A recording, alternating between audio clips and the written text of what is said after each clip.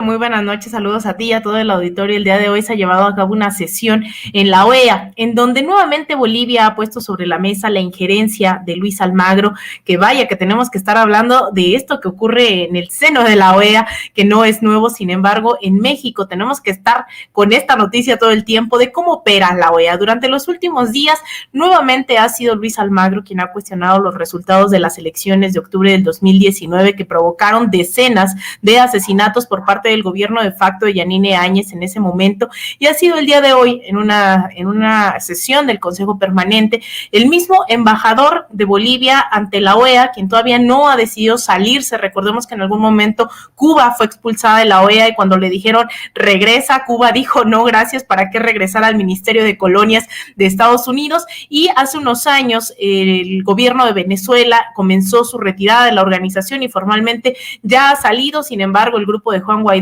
ha ocupado ese espacio dentro de la OEA, tiene representación ahí, y ahora es Bolivia quien sigue formando parte de esta organización, quien denunció esta nueva injerencia y dijo que se trata de una grosera intervención por parte de la Organización de Estados Americanos. Insistieron en el rol que ha tenido Luis Almagro, quien estuvo presente en esta sesión, quien estuvo presidiendo esta sesión del Consejo Permanente, estuvo ahí, se le encaró por parte del gobierno de Bolivia, pero también ha sido llamativa la postura bastante digna, hay que decirlo, del gobierno mexicano, de la embajadora Elena Baños, quien como parte de su discurso, voy a citar una frase de la embajadora de México ante la OEA, dijo que México rechaza que el secretario general siga impulsando una agenda personal alejada de los intereses de los Estados miembros, violando normas y los principios de la organización, extralimitándose en sus funciones, intentando actuar incluso como si se tratara de un Estado y no de un funcionario que sirve justamente a los estados. Esto nuevamente sale a colación. El debate de la OEA ha estado de manera permanente durante las últimas semanas con el tema de Bolivia, incluso organizaciones de derechos humanos y organizaciones políticas en Bolivia nuevamente han estado alertando de la posibilidad de un intento de desestabilización del ahora gobierno de Luis Arce Catacora y del vicepresidente David Choquehuanca. Han estado llamando a alerta, a organizarse y también a estar al pendiente de lo que pueda llegar a ocurrir durante los próximos días. Claro está, también por eso es que estuvieron hoy al principio insistiendo de la sesión de la OEA en el carácter que ha tenido el rol de esta organización, pero sobre todo del secretario Luis Almagro. Y bueno, a través de su cuenta de Twitter ha sido también el expresidente Evo Morales quien pues fue a quien le dieron el golpe de estado en esas elecciones en las que intervino la OEA. Dijo que luego de admitir las masacres, Almagro confiesa que no reconoció la constitucionalidad del gobierno de facto de Yanine Áñez que él promovió. La OEA necesita un secretario general y no un agente golpista imperialista. Nunca más golpes en Bolivia ni en Latinoamérica. Entonces, bueno, ahí está, ahí está el tuit de Evo Morales insistiendo en que Luis Almagro es un agente golpista imperialista. Y bueno, en días recientes veíamos justamente a la oposición mexicana seguir exactamente los mismos pasos de las oposiciones más de derecha, fascistas, racistas, misóginas en América Latina, acudiendo justamente a una reunión con Luis Almagro. Entonces, bueno, ahí está esto que ha ocurrido el día de hoy, en donde México ha tomado postura, ha tomado parte y ha dicho tal cual que el secretario general Luis Almagro está impulsando una agenda personal golpista, extralimitándose en sus funciones. Vicente. Querida Lina, también hay que decir que en un éxito diplomático para México de emergencia, logran llegar a nuestro país huyendo de Afganistán algunos periodistas del New York Times, familias enteras afganas y mujeres que por su liderazgo podrían estar en riesgo ante el embate de los talibanes en aquel país.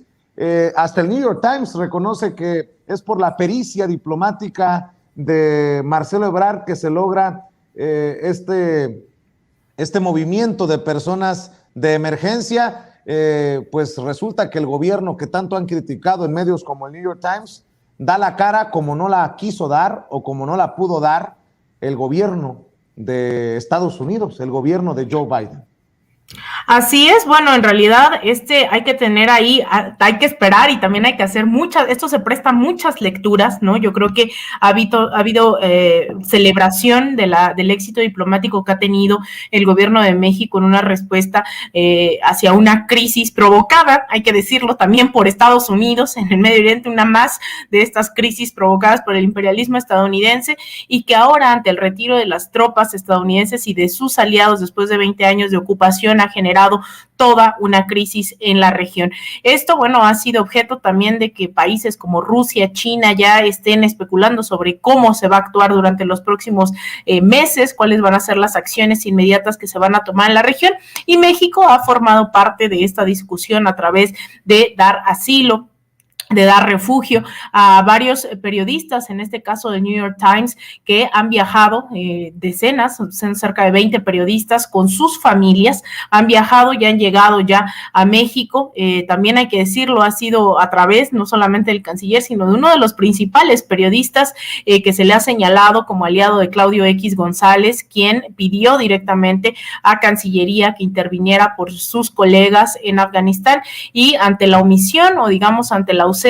de medidas al respecto del gobierno estadounidense, México decide tomar cartas en el asunto y no solamente sacar a los periodistas, sino sacar a toda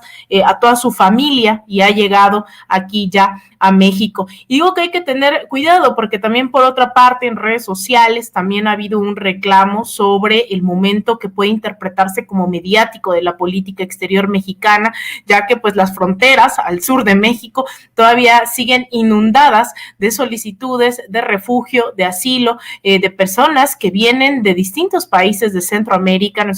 Hemos visto la crisis migratoria que se origina luego de, bueno, múltiples razones: la violencia, la desigualdad, la pobreza, el despojo también, o incluso a veces se nos olvida también nuevamente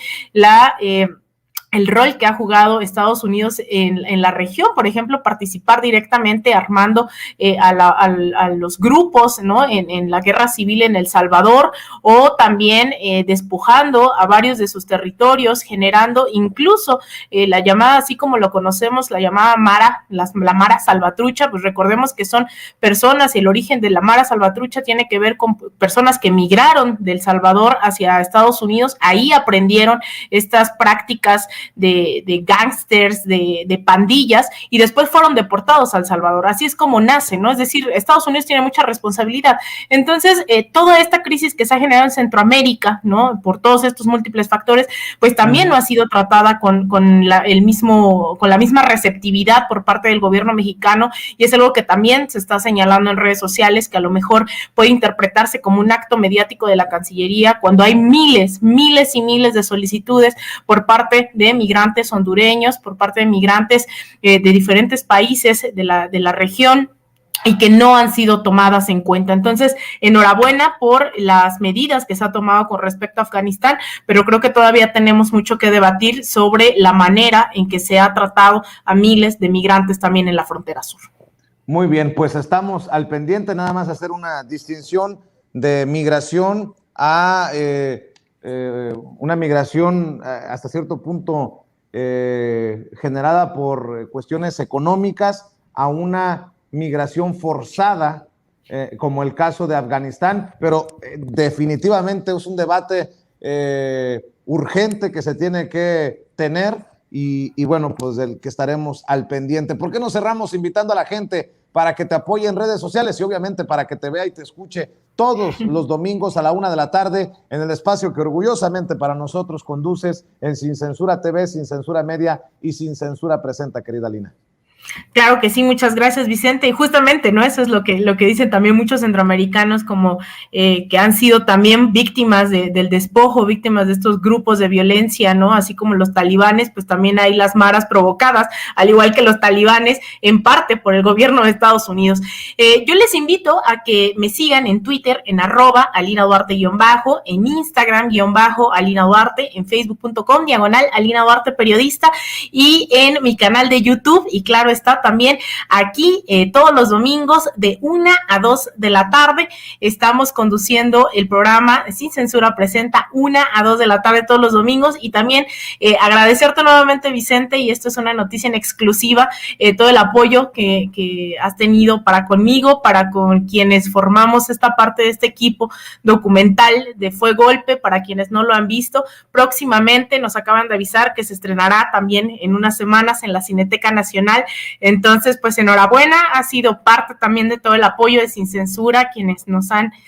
acompañado en esta travesía. Entonces, bueno, muchísimas gracias a todo el público. Pronto podremos ver Fue Golpe también en la Cineteca Nacional.